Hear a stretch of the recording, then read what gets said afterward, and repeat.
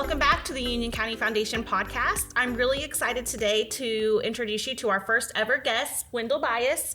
He has been really influential in our community for many reasons. Besides being just a business owner, he's also one of the founding fathers of the foundation. So we're excited to introduce you to him and get some history of the foundation and his involvement in our community. Welcome. Thank you. Thank you for being here. Thank you. Mm-hmm. Thank you. You probably don't recognize me without an apron on because since real early in my life, I've been involved in Jay's Dairy, and it's still going, but I'm not going there anymore except to eat. So I'm glad to be here this morning. Well, it's been around for so many years, and I think it's been very influential into the community. Mm-hmm. And we even have a Jay's Dairy and Unrestricted Fund. So do you remember when that was established, the Unrestricted Fund? Well, probably several years. Yeah, things just sort of evolved with funds.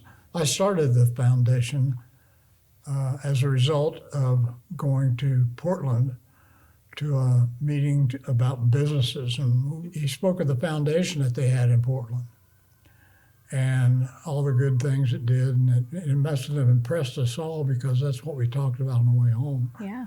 And we all said, well, why can't we do that in Union County? In 1989, I don't know, I had some extra time, I guess. And so I just started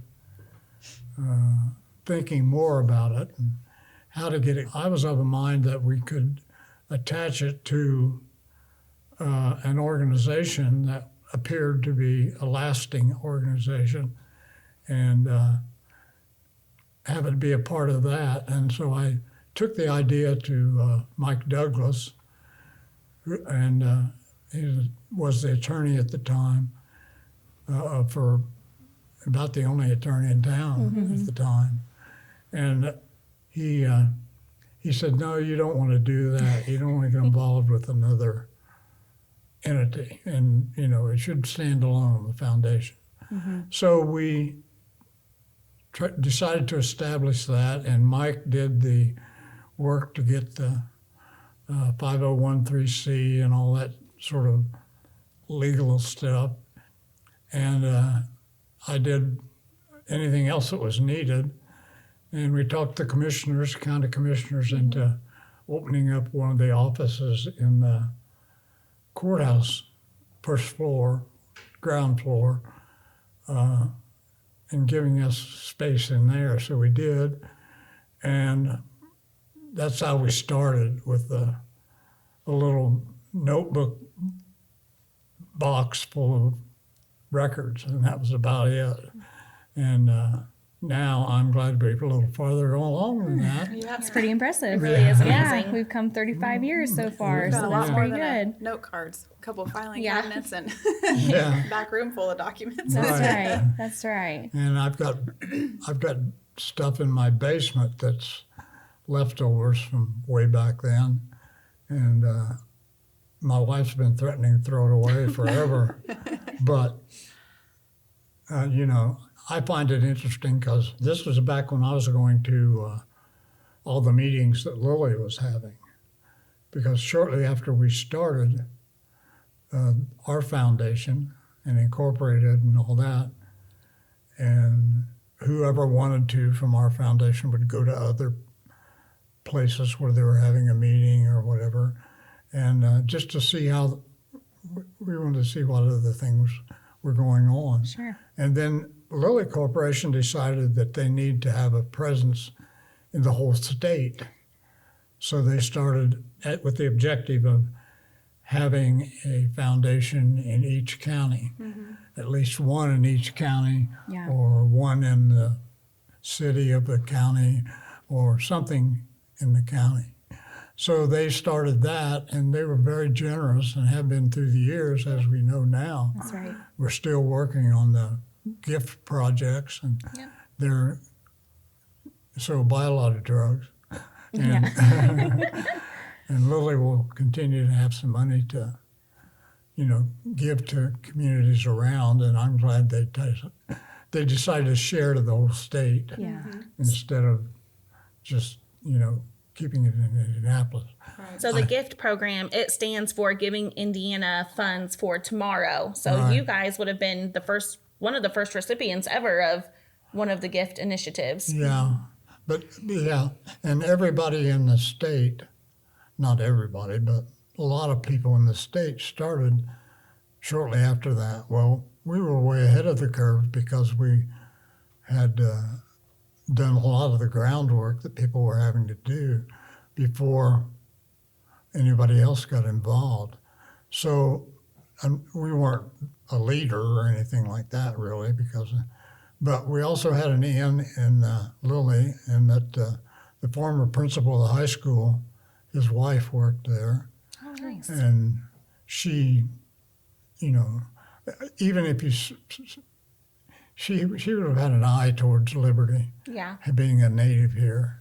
That's And so that helped us a lot. Yeah. And so we've had some good breaks, and we had some bad breaks.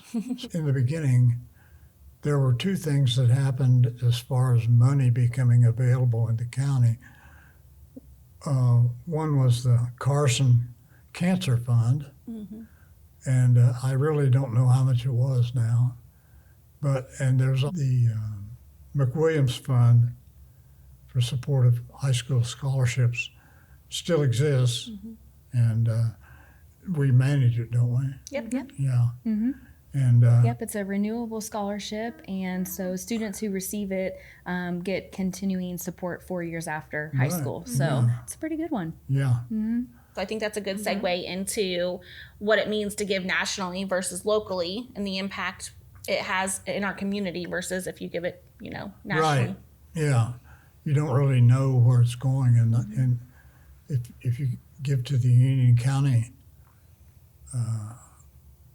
Foundation, it's a good thing because that money stays here, doesn't go to somebody's, cousin's son in New York that's never been to Liberty. We don't need that kind of ownership of a farm here that, somebody, it just makes more sense to have it controlled, to have money controlled locally. How many board members did you start with? Do you remember? We had 5 or 6, I think. Okay, and now we're up to 5 somewhere. yeah. And now we're up to 10 right now, maybe. We have 10 right now. Yeah. Our goal is 12. So, we're always looking and recruiting new ones Yeah. if you're interested. We do need to recruit some good people who have an interest. And I always said you have to get people who are capable of giving you token donations anyway, at the minimum. But people who have some money to put into it, because if they're personally invested, then they become more enthusiastic about it, and it works better. So, I think one thing that's hard for people my age is understanding what it means to be philanthropic and right, why it's important to, give where you live, and that you're not just giving your money away, that it's actually like making a difference. right. Do you think that's changed? I think the need is for obviously more people to get involved and more people to become enthusiastic about being a board member and, contributing more as a board member. Because sometimes you go to a foundation function and there's hardly any board members there. And I don't know what we do about that, but something needs to be done anyway. Well, I think it's important what you said. The younger generation may not have the treasure to give, but they may have the time. So I think that getting involved early and learning about the foundation and being a part of those types of functions, if you're not able to give, large dollar amounts at this stage of life, maybe give some of your time and get started early.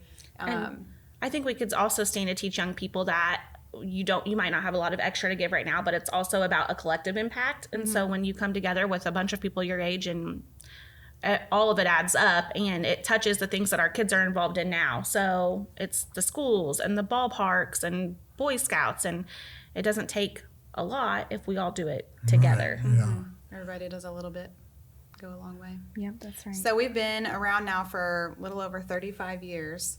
What would you say you're most proud of over the past 35 years, and what are your hopes for us for the next 35? Well, I guess I'm proud of having good donors Yeah. because that's really important to them. And so we've had people that have given as much as $100,000, and maybe not at one time, but an accumulated amount. And that's been great. So I can see the good that it does and where the money goes and how it's used. And that's been a relief and a good feeling that you've done something that is going to last for a while.